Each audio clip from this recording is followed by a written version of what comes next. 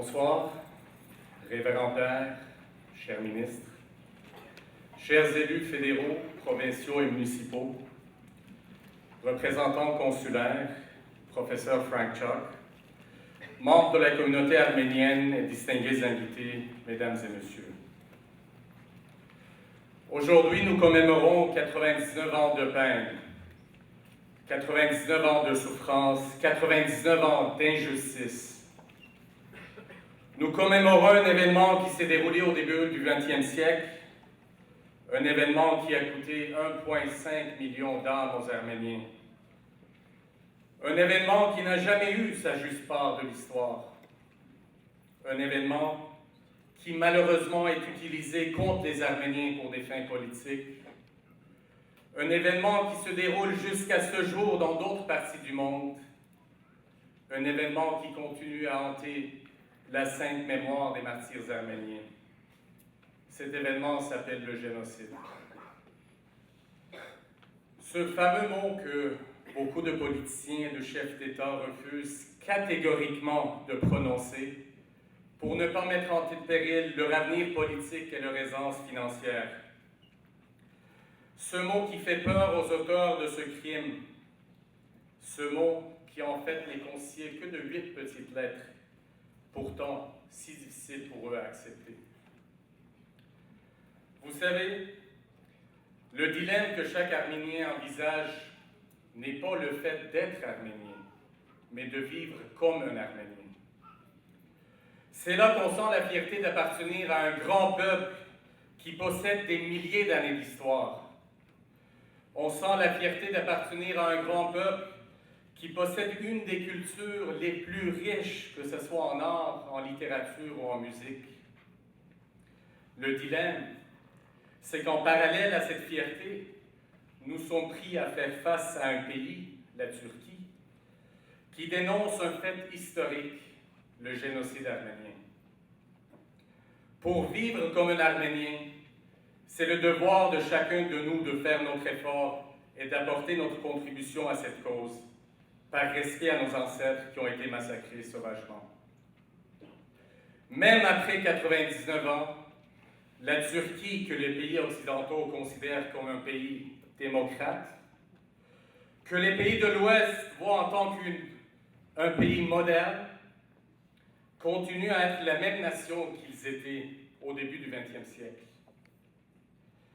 Les jeunes Turcs d'il y a un siècle avaient planifié le génocide en mettant en place un plan d'extermination qui avait commencé d'abord avec des intellectuels et des élites politiques arméniennes, et par la suite a été appliqué au reste de la population.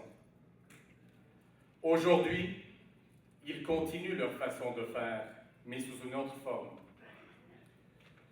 Ils ont pu faire taire le journaliste d'origine arménienne Hrant Dink en 2007 en l'assassinant en plein jour, afin d'envoyer un message aux autres Arméniens présents en Turquie de garder le silence. L'article 301 de leur code pénal se traduit ainsi. Il est illégal d'insulter la Turquie, l'identité turque ou les institutions turques. Cet article controversé a été la cause d'emprisonnement de plusieurs personnes qui ont osé parler ouvertement du génocide arménien ou même d'autres sujets qui allaient à l'encontre du gouvernement turc. Récemment, le Premier ministre Erdogan a même banni les réseaux sociaux, Twitter et YouTube, sous le prétexte de la sécurité nationale. Dites-moi, quel gouvernement qui se considère moderne et démocrate s'engage à de telles tactiques ignobles? L'idée derrière l'interdiction de ces réseaux sociaux n'était pas pour la sécurité nationale, mais pour essayer d'interdire les révélations de corruption de la clique de M. Erdogan et d'autres membres de son gouvernement. La commission Charbonneau aurait des années de travail à faire si elle s'est installée en Turquie. Mais bon, une telle commission ne serait jamais autorisée dans un pays aussi autocrate. Je m'excuse. J'aurais souhaité que ces révélations soient juste une histoire de corruption, mais cela va encore plus loin. À travers YouTube, il y a eu des révélations qui impliquent entre autres des membres du gouvernement turc ainsi que d'autres personnes haut gradées en train de comploter des attaques sur des villages syriens avoisinant la frontière turque. Aujourd'hui, il nous est clair que le plan d'épuration ethnique est toujours sur leur agenda. Les attaques complotées continuent quand la Turquie, en fin mars 2014, il y a un mois, a ouvert ses frontières à l'organisation terroriste Al-Qaïda pour qu'elle accède et attaque le village de Kessa, un village situé au nord-ouest de la Syrie, reconnu pour sa grande présence d'habitants arméniens, un village qui représente la dernière pièce de l'histoire de la royaume arménienne de la Cilicie, où les Arméniens ont eu plus de 1000 ans d'histoire. La population de Kessa, face à cette terreur, a été capable de se sauver dans les villages voisins. Cela représente le 3e déplacement forcé que les Arméniens de Kessa vivent depuis le début du XXe siècle.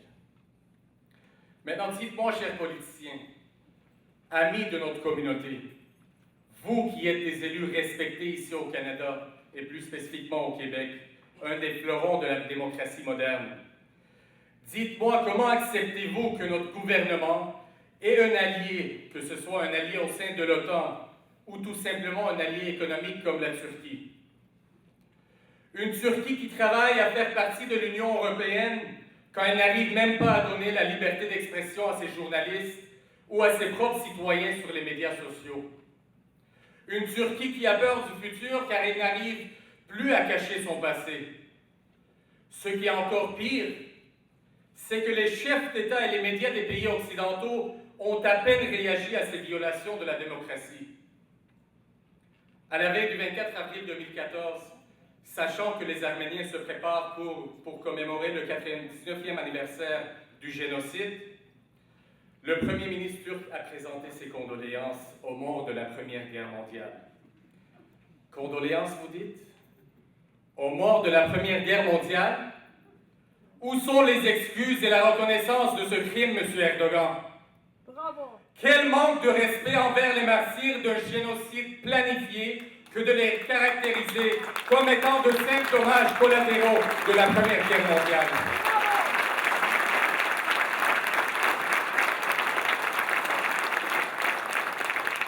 De plus, ce jeudi 24 avril passé, la journée de la commémoration du génocide arménien, des milliers de Canadiens et de Québécois d'origine arménienne étaient réunis sur la colline parlementaire afin de remercier le gouvernement et le Parlement du Canada pour la reconnaissance du génocide. Malheureusement, il y avait la présence de contre-manifestants canadiens d'origine turque, mal informés des faits historiques survenus dans leur pays, qui étaient là à nier le génocide et même manquer de respect envers nos martyrs.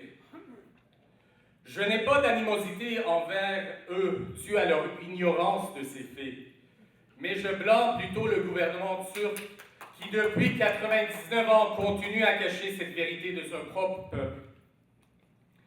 Mesdames et messieurs, la Turquie doit être tenue responsable de ces crimes. Les Arméniens exigent la justice. Nous ne voulons pas de vos condoléances de guerre, M. Erdogan. Ce que nous réclamons est la reconnaissance du génocide ainsi que de tout dédommagement auquel nous avons droit. Chaque pays doit reconnaître les moments sombres de son histoire. La Turquie doit mettre de côté sa politique de négationnisme et ses alliés ne doivent plus plier devant les chantages économiques et politiques. En Turquie même, aujourd'hui, des citoyens turcs courageux sont prêts à faire face à la vérité, prêts à faire face à leur histoire.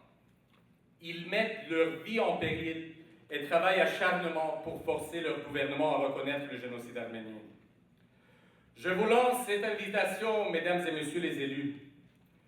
Travaillons ensemble afin de combattre l'injustice, afin de vaincre le négationnisme, dans l'espoir que de tels crimes contre l'humanité ne se reproduisent plus jamais. Merci.